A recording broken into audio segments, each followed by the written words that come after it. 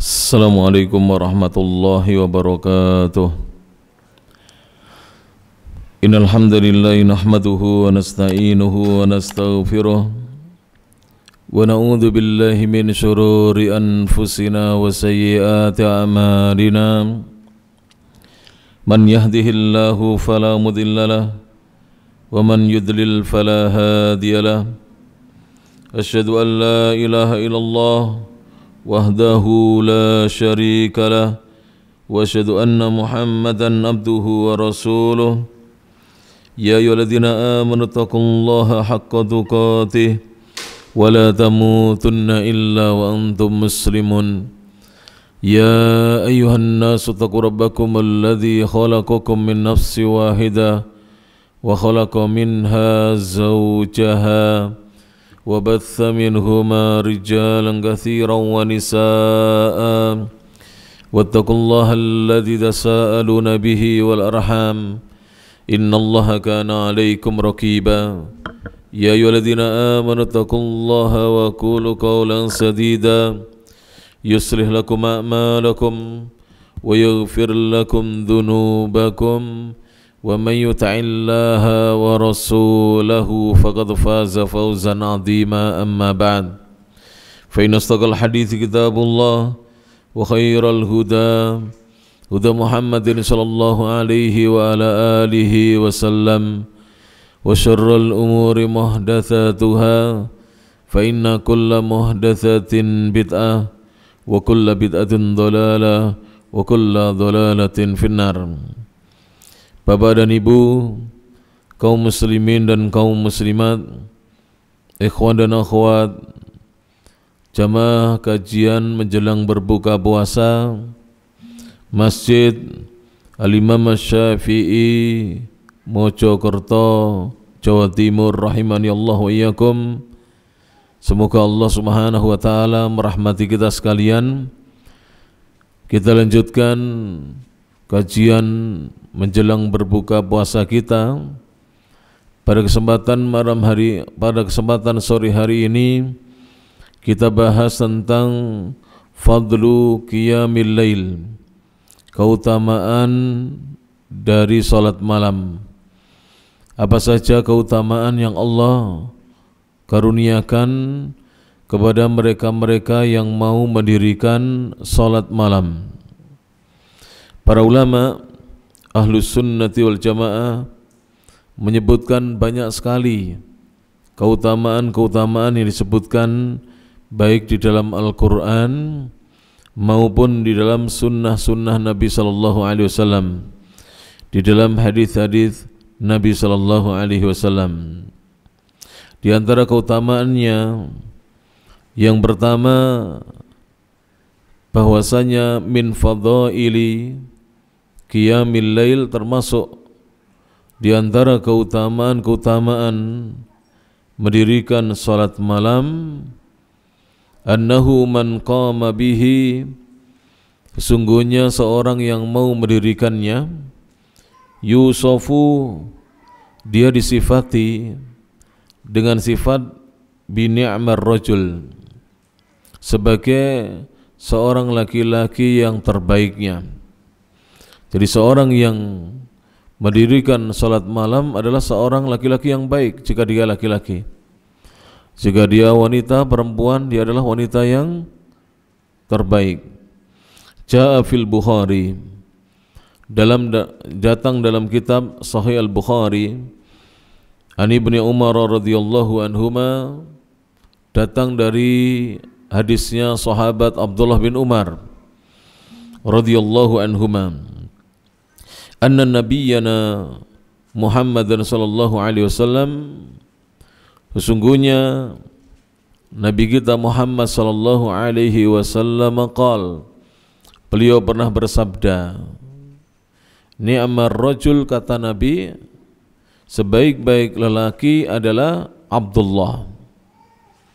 Jadi Abdullah itu adalah sebaik-baik lelaki yang ada di antara para sahabat. Yang dimaksud Ibnu Umar, yaitu Abdullah bin Umar, yaitu lau kana yusalli minal lail, dengan syarat seandainya Abdullah bin Umar radhiyallahu anhuma selalu mendirikan salat malam. Berarti seorang akan meraih derajat yang terbaik di sisi Allah Subhanahu wa taala apabila selalu mendirikan salat malam. Oleh karena itu, beliau Abdullah bin Umar, putranya Umar ini radhiyallahu anhuma, pernah mengatakan kepada Salim putranya, berarti cucunya Umar. Jadi Abdullah mengatakan kepada Salim, anak laki-lakinya, putranya, bahwasanya bukan Abdullah mengatakan kepada Salim, tapi Salim menceritakan tentang ayahnya. Salim bercerita tentang ayahandanya, tentang Abdullah bin Umar. Apa yang dikatakan Salim radhiyallahu anhu? Fakana, maka Abdullah bin Umar itu dikenal la yanamu, beliau tidak tidur minal laili, di waktu malam, illa qalila, kecuali sebentar, kecuali tidurnya sebentar, sedikit. Indama sami'a hadil kalimah, ketika beliau mendengar kalimat yang diucapkan oleh Nabi, ni'mar rajulu Abdullah, sebaik lelaki adalah Abdullah seandainya dia mau salat malam. Jadi semenjak mendengar sabda Nabi SAW tersebut, Abdullah bin Umar itu tidak tidur malam kecuali sedikit. Waktu malamnya lebih banyak beliau gunakan untuk beribadah, untuk sholat malam. Maka hendaknya bapak dan ibu dan kaum muslimin juga kaum muslimat, ikhwan dan akhwat dimanapun anda berada, isilah malam-malam kita dengan sholat malam selain kita istirahat juga. Jadi jangan sampai malam hari kita hanya untuk tidur, apalagi di bulan Ramadan. Jadi syaitan itu haris para jemaah. Naudzubillah. Syaitan itu semangat untuk menjauhkan kita dari ibadah. Coba, lebih lama mana kita megang HP dengan Quran kita, mushaf kita? Haris syaitan. Lebih lama mana tidur kita dengan salat malam kita? Kita tidur berjam-jam, pagi, siang, malam, tidur. Tapi salat malam kita sebentar. Naudzubillahi min dzalik. Maka hendaknya kita semangat. Di sini alhamdulillah, saya lihat di kanan kiri itu ya, panjenengan kalau misalnya lelah, mundur dulu, ngantuk, ambil air minum, ya, atau bawa kopi dari rumah, bawa teh dari rumah. Di sini ada dispenser, ada dispenser, ada. Sudah, bawa kopi sasetan, bawa teh celup dari rumah atau disediakan. Masya Allah, tabarakallah, disediakan. Bikin kopi, bikin kopi. Alhamdulillah, di sini saya dengarkan ustadz muda kita, bacaannya bagus, tajwid tahsinnya, beliau hafal Quran, harusnya menambah semangat kita untuk beribadah. Kalau panjang tidak usah mengeluh, justru kita ingin memperpanjang sholat kita, lebih-lebih di malam dari 10 hari yang terakhir di bulan Ramadan, yang mana Nabi Muhammad SAW bersabda, man qama lailatul qadri, barang siapa yang berdiri untuk menghidupkan malam kemuliaan, dihidupkan dengan salat malam, dengan berdoa, dengan berzikir, dengan membaca Al-Quran, dengan mendengarkan Al-Quran, imanan wahtisaban, dilakukannya itu karena dasar iman kepada Allah dan mengharapkan pahala, ghufira lahu ma taqaddama min dzambih, maka akan diampuni untuknya apa yang telah berlalu dari dosa-dosanya. Hadis rawahu Al-Bukhari wa Muslim dari Abi Hurairah radhiyallahu anhu. Dimanfaatkan malam-malam yang terakhir ini Bapak Ibu, iman-iman, sayang-sayang, dikurangi waktu tidurnya, jangan banyak tidur. Tubuh memang kalau dibuat banyak tidur dia akan terus begitu. Dikurangi, melek malam, disetel jamnya ya. Ya, kalau perlu Pak ya, disuruh semua anggota keluarga untuk membangunkan, saling membangunkan agar bisa sholat malam. Karena waktu malam waktu yang paling afdal untuk kita beribadah kepada Allah Subhanahu wa taala. Thayyib. Ini fadilah yang pertama. Seorang yang mendirikan salat malam adalah sebaik-baik lelaki kalau dia laki-laki dan sebaik-baik wanita jika dia perempuan. Yang kedua, wa min fadhaili qiyamil lail, dan di antara keutamaan dari mendirikan qiyamul lail, salat malam, annahu sababun, sesungguhnya salat malam itu merupakan sebab min asbabi rahmatillah, di antara sebab-sebab yang bisa mendatangkan rahmatnya Allah. Jadi salat malam itu merupakan sebab di antara sebab-sebab yang bisa mendatangkan rahmatnya Allah. Saya kemarin setelah salat maghrib kan waktu kita berbuka itu ya, ada salah satu ikhwan kita nata apa? Air itu. Ya seperti itu di Saudi. Jadi di Saudi Arabia itu di depan soft itu bukan hanya di soft pertama, setiap soft itu dikasih air. Bisa kita letakkan bisa. Jadi kalau ini misalnya di depan kita ini mohon maaf ya, pantatnya orang diletakkan di antara kakinya begini. Jadi di posisi kalau kita sujud ini kepala kita di sini. Ya tak? Tidak akan diinjak orang di sini. Karena ini kepala dengan kepala itu tidak akan rapat, ya tak? Yang rapat kan badan. Kepala dan kepala tidak akan rapat. Letakkan minum di situ. Haus minum. Karena syaitan itu dilawan dengan air. Kalau kita sudah mengantuk sekali para jamaah, sunnahnya berwudu, pindah soft, nanti tidak ngantuk itu. Dicoba itu. Panjenengan di belakang imam ngantuk misalnya. Saya kemarin lihat, oh, Pak panjenengan di belakang imam sini kan, saya lihat ini kemarin. Jadi kalau ngantuk, wudu, kemudian pindah soft, minum, begitu. Jangan sampai kita mundur dari sholat malam. Karena sholat malam merupakan sebab datangnya rahmatnya Allah Subhanahu wa ta'ala. Kita sekarang belum merasakan rahmat itu sempurna para jamaah. Jadi di dunia ini Allah tidak mungkin memberikan seluruh pahala dan ganjaran untuk kita. Yang diberikan ini sebagian kecil saja. Tapi kalau kita sudah meninggal dunia, kubur kita akan penuh dengan cahaya, kubur kita akan diluaskan oleh Allah Subhanahu wa ta'ala. Kita kalau meninggal nanti bisa husnul khotimah karena kita menjaga sholat malam. Kita bisa mengucapkan dua kalimah syahadat, asyhadu an la ilaha illallah wa asyhadu anna muhammadar rasulullah, kalau kita menjaga sholat malam kita. Maka kita dengarkan hadis Nabi SAW, hadis yang diriwayatkan oleh Imam Abu Dawud sebagaimana datang dalam sunannya bi isnadin sahih, dengan sanad yang sahih.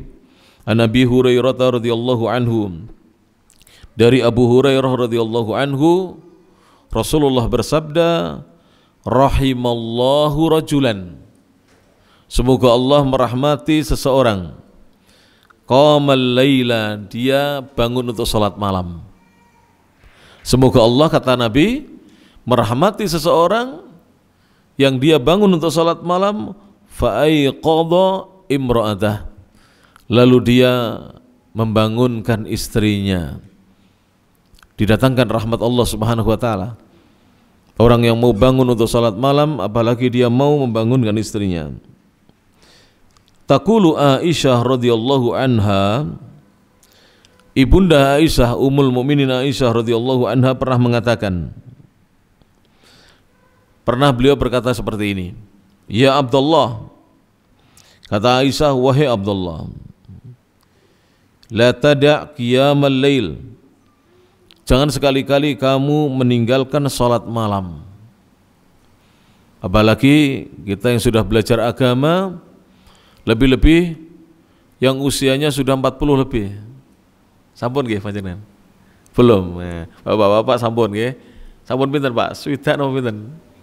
55. Bapak panjenengan pinten, Pak?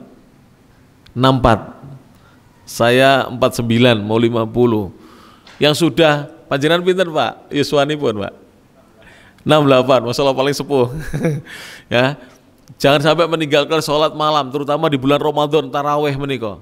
Senaoso panjenengan ngantuk, kesal dibot-botke, kita berupaya sungguh-sungguh.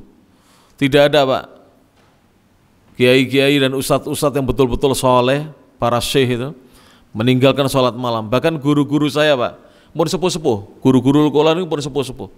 Itu ngimami sore itu 8 rakaat. Terus kundur di Saudi sana, ngimami sore 8 rakaat kundur pulang. Ngimami malam 11 rakaat. Total 19 rakaat sendirian, Pak. Sudah sepuh. Syekh-syekh itu, Masya Allah. Jadi jam setengah 10 itu pulang. Setelah 8 rakaat di sana kalau sholat itu panjang-panjang, Pak. Khataman Quran di sana itu. Nanti jam 12 balik lagi ke masjid ngimami lagi sampai pukul 3. Karena di Saudi itu seringkali puasanya kita ini sahurnya sampai sana itu biasanya 4 lebih baru datang waktu subuh. Bahkan subuh kadang-kadang datang itu setengah 6. Jadi setengah 6 baru datang waktu subuh. Jadi malamnya panjang. Itu sholat lagi. Jadi kalau 10 hari terakhir begini sholat 2 kali, sore dan malam. Karena ingin mendapatkan keutamaan dari Allah Subhanahu wa taala. Oleh karena itu Aisyah, ibunda Aisyah radhiyallahu anha pernah mengatakan pada seorang sahabat, "Ya Abdullah, wahai hamba Allah, la tadak qiyamal lail, jangan kamu meninggalkan salat malam.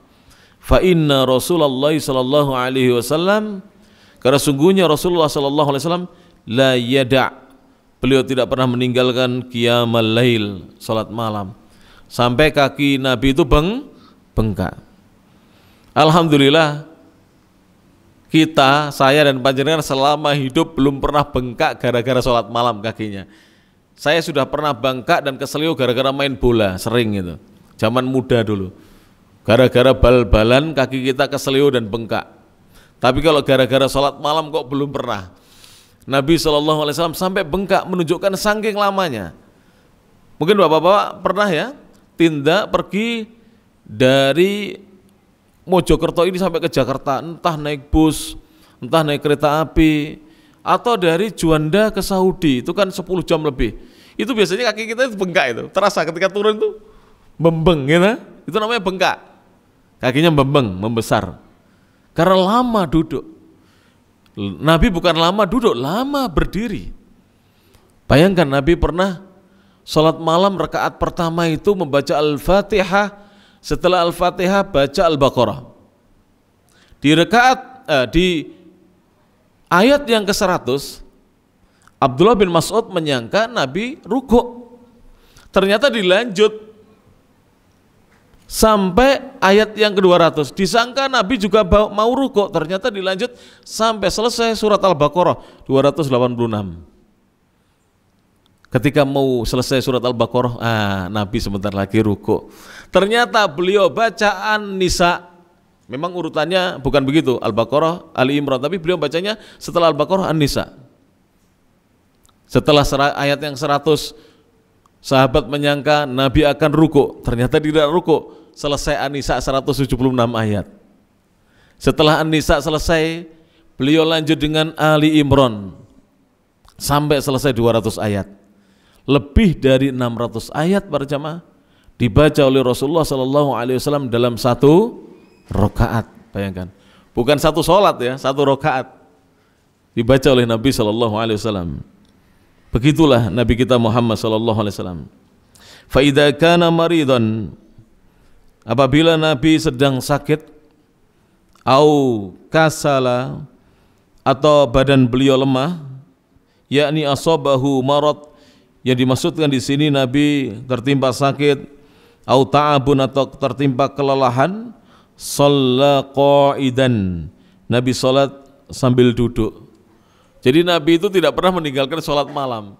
Kalau tidak sanggup beliau berdiri, beliau salat sambil apa? Duduk.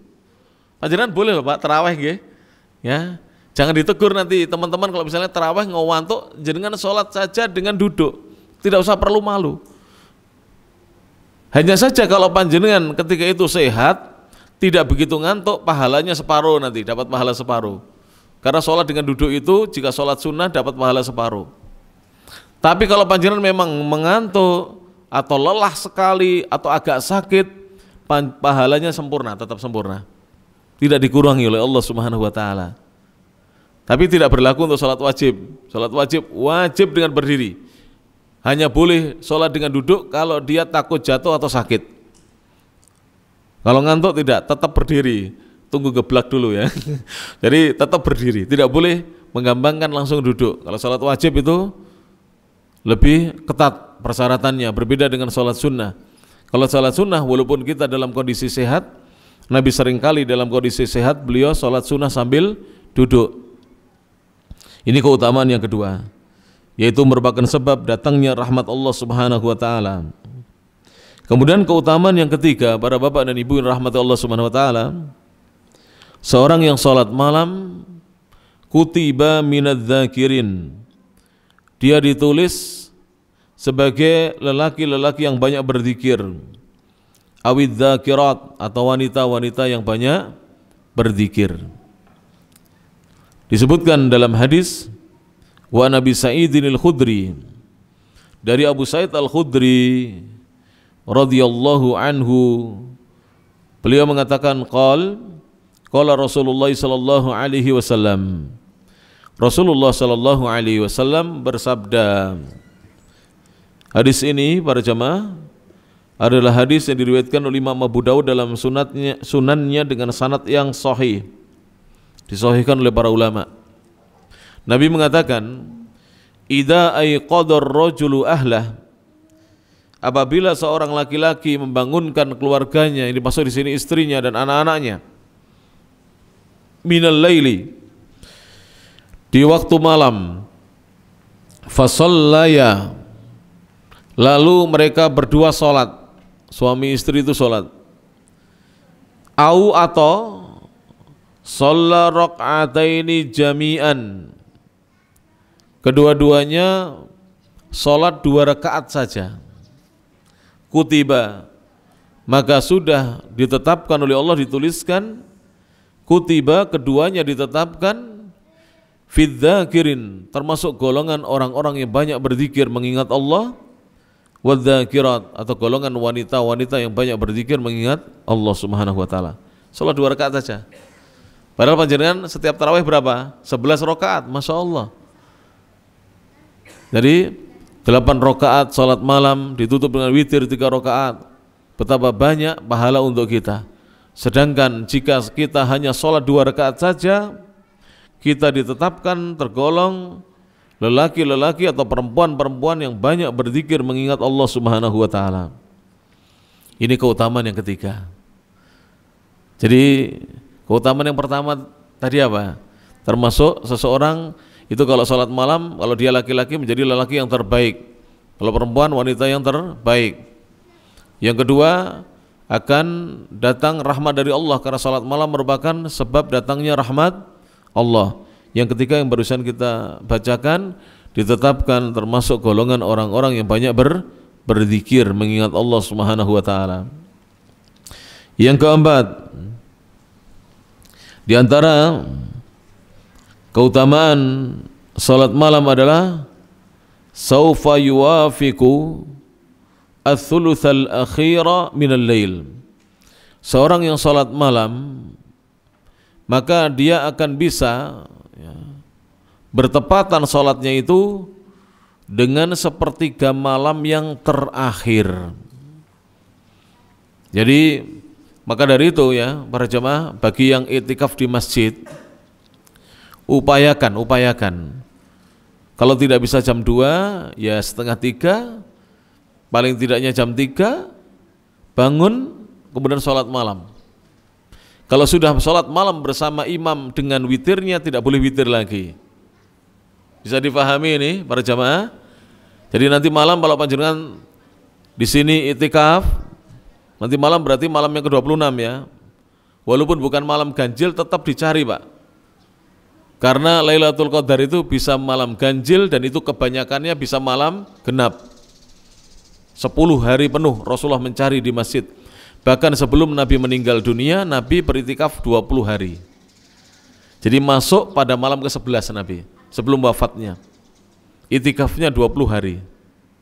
Menunjukkan bahwa bisa jadi Lailatul Qadar, malam kemuliaan itu di malam-malam yang genap. Walaupun kebanyakannya jatuhnya di malam-malam, datangnya di malam-malam yang ganjil. Sehingga seorang muslim setiap hari dia mencari. Jadi nanti bagi yang itikaf, itikaf itu yang terbaik 10 hari penuh di masjid. Masuk sore ya, misalnya nanti malam ke-21 sorenya sebelum maghrib masuk. Keluarnya besok ketika malam Id, setelah berbuka puasa, sholat maghrib dia baru keluar pulang. Itu 10 hari penuh. Jika tidak mampu 10 hari penuh, masuklah sebelum maghrib, keluarlah setelah subuh. Setiap hari begitu. Masuk sebelum maghrib begini, panjenengan masuk, niat itikaf, keluarnya besok setelah apa? Subuh. Kalau di sini ada bukan ada sahurnya, enak sudah kita di sini, ya. Boleh keluar untuk ke kamar mandi, tapi tidak boleh keluar-keluar ngobrol. Di sana tidak boleh. Kalau ngobrol dalam masjid saja. Jadi tidak boleh. Kalau keluar misalnya ke jalan, masuk harus dengan niat yang baru. Dan boleh seorang itikaf ya, hanya di malam hari saja.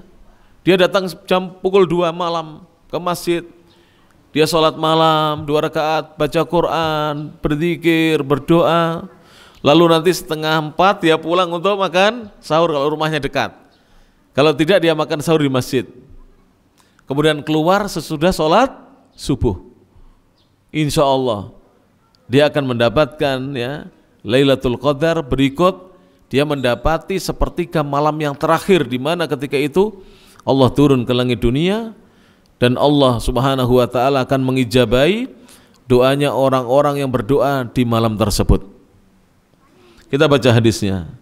Rasulullah sallallahu alaihi wasallam bersabda sebagaimana dalam hadis yang diriwayatkan oleh Imam Al-Bukhari dan Imam Muslim dari sahabat yang mulia Abi Hurairah radhiyallahu taala anhu, Nabi mengatakan yanzilu rabbuna ila sama'id dunya.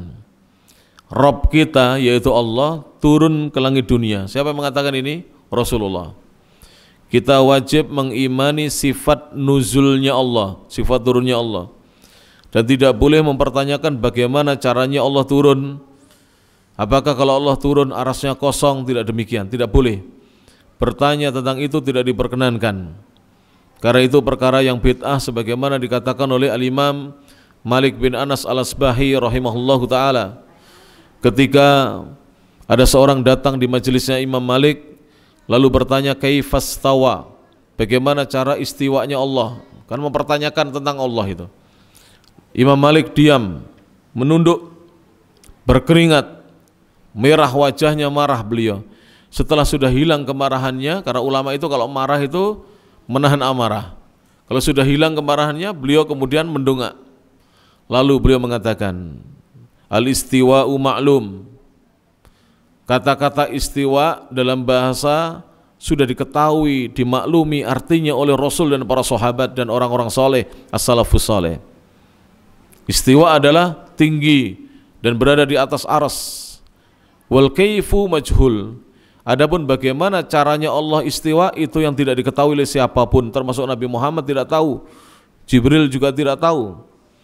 Dan Al-Quran berbicara kepada kita, la yus'alu amma yaf'al wa hum yus'alun. Allah tidak boleh ditanya tentang apa yang diperbuatnya, justru merekalah manusia yang akan ditanya oleh Allah Subhanahu wa taala tentang apa yang diperbuat oleh mereka. Jadi kita tidak boleh tanya perbuatan Allah. Yang ditanya itu kita. Ngapunten. Pantas tidak ayah kita masuk kamar, kemudian gemblodak, gludek dengan ibu kita, kemudian tanya, Pak nyapo Pak? Pantas nggak itu? Itu padahal manusia itu. Pantas tidak? Kalau ibu kita di kamar mandi, kemudian kita ketuk-ketuk, ibu nyapo? Tidak pantas. Bagaimana mempertanyakan tentang Allah Subhanahu wa taala? Lebih tidak pantas. Ketika Allah tidak menjelaskan kepada kita tentang bagaimananya, maka kita pun tidak mempertanyakan tentang bagaimananya. Cukup diimani Allah itu beristiwa di atas arasnya. Cukup diimani Allah turun ke langit dunia sebagaimana sabda Nabi SAW. Bagaimana turunnya? Sesuai dengan keagungan dan kebesaran Allah Subhanahu wa taala. Tidak sama dengan turunnya makhluk. Makhluk kalau turun dari lantai kedua ke lantai 1, lantai 2 kosong dari kita.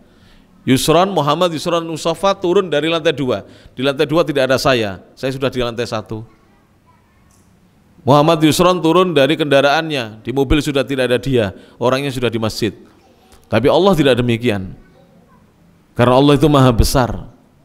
Dunia ini tidak ada apa-apanya. Langit dan bumi itu digenggam oleh Allah Subhanahu wa taala. Tidak ada apa-apanya besarnya dibandingkan apa? Zatnya Allah Subhanahu wa taala. Ini bagian dari akidah tauhid, akidah Ahlussunnah wal Jamaah ya. Tidak boleh kita menyelisih akidahnya Rasulullah Muhammad sallallahu alaihi wasallam. Allah turun ke langit dunia kulla lailatin, kata Nabi, setiap malamnya. Hina yabqa, ketika tersisa thuluthul lailil akhir, sepertiga malam yang terakhir. Malam itu dimulai kapan para jamaah? Dari maghrib sampai subuh. Maghribnya sekarang katakanlah 5:30 ya. Subuhnya katakanlah dibuat gampang 4:30, 5:30, 6:30, 7:30, 8:30, 9:30, 10:30, 11:30, 12:30, 1:30, 1:30, 2:30, 3:30, 4:30, 5:30. Berarti 11 jam malamnya sekarang, kurang lebih. Dibagi 3. Jadi 11 dibagi 3 kurang lebih ya. Kita anggap aja sisanya adalah 4 jam terakhir. Ya dari jam 1 sampai jam 4:30 kurang lebih. Atau 1:30 malam sampai 4:30, itu sepertiga malam yang terakhir. Makanya panjenengan kalau pergi ke masjid di hari-hari ini, di malam-malam ini, pukul 2 kebagian sepertiga malam yang terakhir, pukul 3 kebagian sepertiga malam yang terakhir. Jangan khawatir, dimanfaatkan Bapak Ibu. Sayang-sayang panjenengan nanti ya, kalau 10 malam ini bisa terus taraweh, apalagi bisa iktikaf sebentar-sebentar, itu setidaknya itu Masya Allah kebahagiaan kita rasakan. Nanti kita ketika besok hari raya maghrib itu terasa hati kita itu, subhanallah, terasa sekali. Bagaimana bahagianya bercampur sedih. Sedihnya apa? Ramadan cepat berlalu, ya kan? Sedihnya lagi tidak punya duit. Sedihnya lagi tidak bisa pulang kampung, ya kan? Kemarin siapa? Mas siapa yang ngerekam itu? Pulang kampung ke Padang, kemana? Ke Padang, pulang pergi 15 juta. Karena 1 orang 2,5 juta, 3 orang 7,5 juta, pulang pergi 15 juta. Cobi panjenengan bayang nih, gangsal welas yuto pulang pergi dari Mojokerto ke Padang. Mudah-mudahan Allah mudahkan semuanya para jemaah. Ya rahmati Allah Subhanahu wa taala. Subhanallah.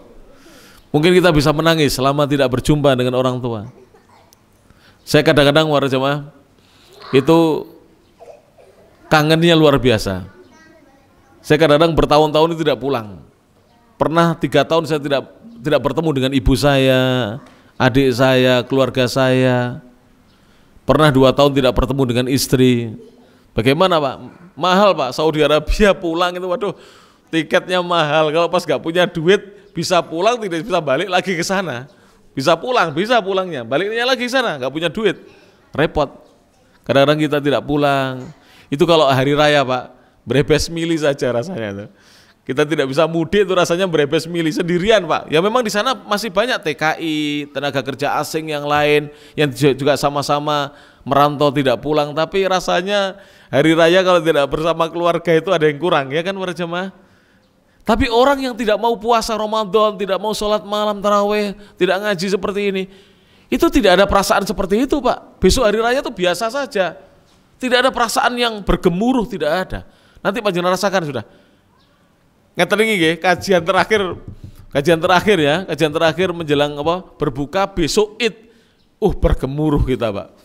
Wah Masya Allah, antara sedih, bahagia, kenapa Ramadan cepat berlalu, saya belum khatam Quran misalnya, saya baru khatam sekali, saya baru khatam 2 kali, kenapa saya kemarin tidak tahajud, kenapa saya kemarin tidak tarawih, dan seterusnya. Bergemuruh para jemaah, rahmati Allah Subhanahu wa taala. Maka yaqulu, ketika itu Allah berfirman, ini hadis qudsi ya. Allah berfirman, man yad'uni, siapa yang mau berdoa kepadaku di sepertiga malam yang terakhir, fa astajib lahu, aku akan ijabahi doanya. Dicoba para jemaah. Apa saja yang panjenengan belum punya, berdoa di malam itu. Berdoa yang kusuk, yang semangat, yang sungguh-sungguh. Kemudian man yas'aluni, siapa yang memohon kepadaku, fa'u'tiyah, aku akan beri permohonannya. Man yastaghfiruni, dan siapa yang memohon ampunan kepadaku, fa'aghfirullah, aku akan ampuni dosa-dosanya. Tolong para jemaah berupaya menangis di malam hari. Kita mohon ampunan kepada Allah Subhanahu wa taala, kita berupaya untuk menangis. Namanya tabaki, berupaya untuk menangis. Bagaimana kita bisa menangis? Saya ajari ya, orang-orang soleh, di antaranya Abu Bakar As-Siddiq, itu kalau baca Quran itu selalu menangis beliau. Dan orang-orang soleh mengajarkan kepada kita, kalau kita ingin di dalam doa-doa kita bisa menangis itu, maka saat sebelum berdoa ingatlah dosa-dosa kita yang banyak, yang mungkin belum diampuni oleh Allah Subhanahu wa taala, yang harus kita pertanggungjawabkan di sisi Allah. Insya Allah panjenengan bisa nangis. Kalau panjenengan mengingat dosa-dosa yang banyak, yang mungkin sebagiannya belum diampuni oleh Allah Ta'ala, insya Allah kita bisa meneteskan air mata. Hadis ini adalah hadis yang sahih. Kemudian ada riwayat dari seorang tabi'in, Marra Tawus ibnu Kaisan rahimahullah. Suatu hari Tawus bin Kaisan, semoga Allah Ta'ala merahmati beliau, lewat. Beliau adalah ahadut tabi'in. Beliau salah seorang tabi'in. Tabi'in berarti muridnya sahabat. Au tabi'it tabi'in, kalau bukan tabi'in beliau adalah di bawahnya, berarti pengikutnya tabi'in, tabi'ut tabi'in. Minimal itu tabi'ut tabi'in, bahkan beliau termasuk bisa tabi'in. Tawus bin Kaisan. Ala rajulin, Tawus melewati seorang laki-laki fi waktu sahar, dan itu di waktu sahur. Berarti kurang lebih ya pukul 2:30, pukul 3, pukul 3:30. Fadaraba alaihil bab. Ketika itu Tawus mengetuk pintu rumah dari laki-laki yang dilewati oleh Tawus itu rumahnya. Faqala ahluh. Maka yang menjawab adalah istrinya. Istrinya berkata kepada Tawus, innahu naim, sesungguhnya suamiku sedang tidur. Sesungguhnya dia, suamiku, saat ini sedang tidur. Fata'ajjaba Tawus, maka Tawus takjub, terheran-heran, bagaimana seorang tidur di waktu yang mustajab untuk berdoa. Qala, dia berkata, kaifa yanam, bagaimana dia bisa tidur? Kata Tawus kepada istrinya, hal hunaka insanun yanam, apakah di sana ada seorang laki-laki yang tidur, ada seorang manusia yang tidur fi hadzal waqti, di waktu yang seperti ini? Kata Tawus, bagaimana bisa ada seorang manusia tidur di waktu yang seperti ini? Waktu di mana Allah turun ke langit dunia, Allah berfirman, siapa yang berdoa kepadaku aku akan ijabahi untuknya. Siapa yang memohon kepadaku aku akan beri permohonannya. Siapa yang memohon ampunan kepadaku aku akan ampuni dosa-dosanya. Bagaimana di waktu seperti ini dia tidur? Ai waqtan nuzulil ilahi, ini adalah waktu turunnya Allah. Waktu istijabati doa, ini adalah waktu diijabainya doa. Maka Bapak nanti bagi yang itikaf tolong ya, kalau ada yang tidur belum sholat atau belum berdoa, suruh bangun. Mas bangun, Pak bangun. Dan yang dibangunkan jangan marah. Bangun, wudhu, sholat, berdoa. Saling membangunkan. Kecuali kalau tadi kita lihat jam 2 sudah bangun sampai jam 3, harus dia tidur sebentar sebelum sahur, biarkan saja. Dia ingin istirahat sebentar. Tapi kalau selama dia malam, panjenengan bangun sebelum jam 12 sampai jam 3 kok dia belum bangun, dibangunkan Pak, supaya kita dapat pahala. Ini waktu di mana Allah Subhanahu wa taala mengijabahi doa-doa. Waktu di mana Allah Ta'ala turun di sepertiga malam yang terakhir. Kemudian keutamaan yang berikutnya para jamaah, yang kelima, annahu yatrudud da'a minal jasad. Sesungguhnya salat malam itu bisa mengusir penyakit dari tubuh. Jadi banyak orang-orang yang selama mudanya dulu sakit-sakitan, karena dia rajin salat malam diberi kesembuhan oleh Allah Subhanahu wa taala. Ada yang sebelum taubat dulu sakit-sakitan, setelah dia taubat dia rajin salat malam, dijauhkan dia dari penyakit oleh Allah Ta'ala.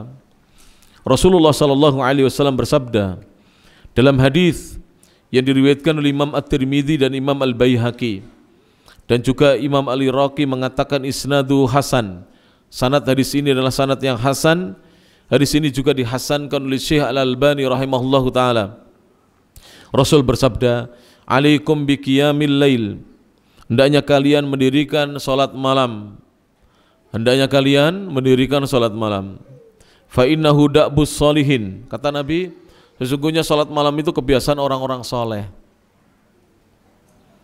Jarang, Pak, ngapunten, jarang kiai-kiai dan ustadz-ustadz atau syekh-syekh itu tidak salat malam. Jarang sekali. Mereka akan berupaya untuk salat malam berjamaah. Dan terlihat ya, orang yang salat malam itu teduh, penampilannya itu teduh, bersahaja, berwibawa, murah senyum. Kemudian kalau berbicara itu betul-betul sampai masuk ke dalam relung hati kita. Kalau mengingatkan orang itu akan sadar dan teringat. Orang itu ya para jamaah kalau dekat dengan Allah sering sholat malam itu, kita melihat dia saja lah, kita ingin menjadi lebih baik lagi. Baru melihat saja. Begitu orang-orang soleh, para jamaah yang rahmati Allah Ta'ala. Makanya Nabi mengatakan sungguhnya sholat malam itu adalah kebiasaan orang-orang soleh. Kebiasaan orang-orang soleh qablakum yang hidup sebelum kalian. Fa inna qiyamal lail, sesungguhnya salat malam itu kata Nabi qurbatun ilallah, bentuk kurbah, pendekatan diri kepada Allah. Wa takfirun lidzunub, salat malam itu bisa menghapuskan dosa-dosa. Wa matradatun lida, dan salat malam itu bisa mengusir penyakit anil jasad dari badan. Wa manhatun anil itsmi, dan salat malam itu bisa mencegah dari dosa. Masya Allah, ini keutamaan salat malam, bentuk pendekatan diri kepada Allah. Jadi salat malam itu bisa mendekatkan diri kita kepada Allah, bisa menghapuskan dosa-dosa kita, mengusir penyakit dari badan, dan juga mencegah kita dari berbuat dosa.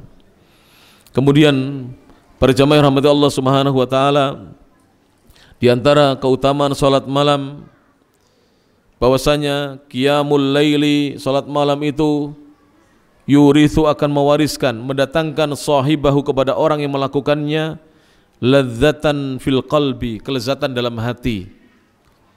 Qala Ibnul Munkadir, berkata seorang ulama, beliau adalah Ibnul Munkadir rahimahullah, beliau mengatakan ma baqiya min ladzatid dunya, tidak tersisa dari kelezatan kehidupan dunia illa thalath, kecuali 3 perkara. 1, qiyamul lail, berdiri untuk salat malam, kita akan bisa merasakan kelezatan kehidupan dunia. Yang kedua, waliqaul ikhwan, berjumpa dengan ikhwan seperti inilah ya. Kita berjumpa dengan saudara-saudara kita sama muslim. Jangan melihat partainya, jangan melihat golongannya, organisasinya, jangan melihat madhabnya, jangan melihat dia muridnya ustadz siapa, kiai siapa. Selama muslim itu saudara kita, maka orang akan bisa merasakan kelezatan dunia ketika mendirikan salat malam, ketika berjumpa dengan saudara-saudaranya sama muslim. Kemudian wassalatu fi jama'atin, dan ketika salat berjamaah, seorang merasakan kelezatan dunia. Dengan salat berjamaah dia merasakan lezatnya dunia ini. Berjamaah rahmati Allah Subhanahu wa ta'ala. Kemudian di antara keutamaan salat malam disebutkan oleh para ulama, sahibu qiyamil lail, orang yang melaksanakan salat malam itu yusbihu, di pagi harinya tiban nafsi, jiwanya menjadi baik.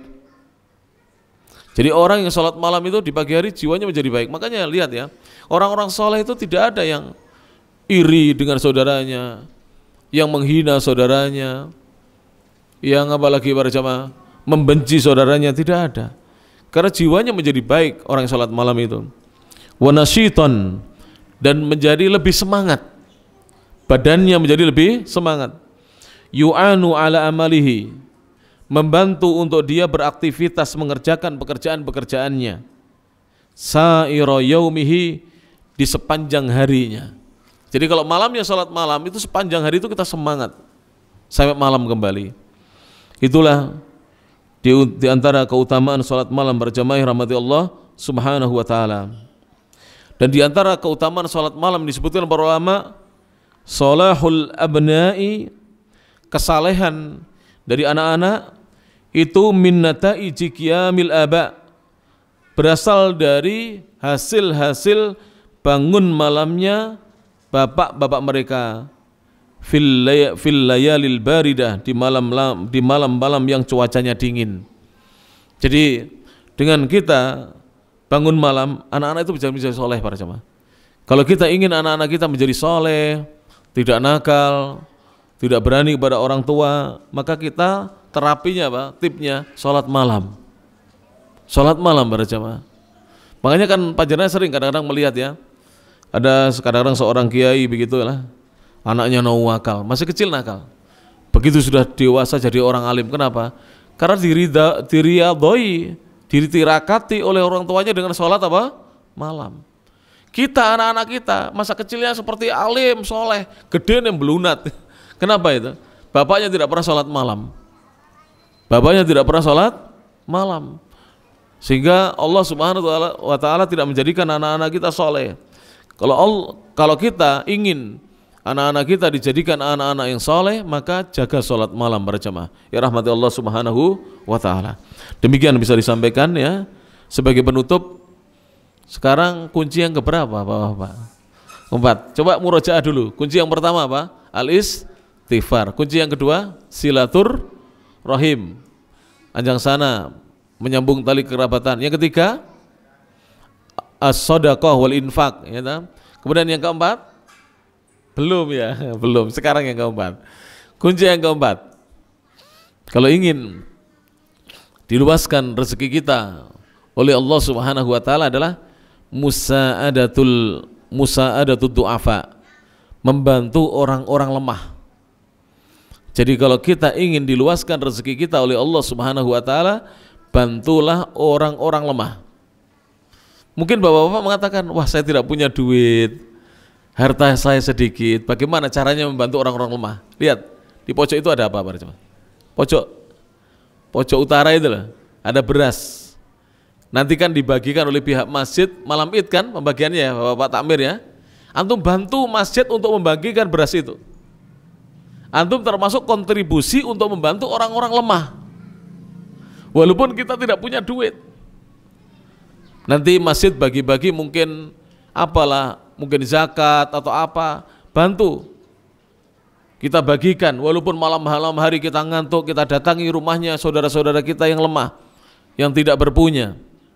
Insyaallah kita tergolong orang-orang yang ikut berkontribusi ta'awun di dalam membantu orang-orang lemah. Mana dalilnya? Hadis Nabi SAW, Nabi bersabda, innama tunsoruna bidu'afaikum, innama tunsoruna wa turzakuna bidu'afaikum. Sesungguhnya kalian ditolong oleh Allah dan kalian diberi rezeki oleh Allah disebabkan orang-orang lemah kalian.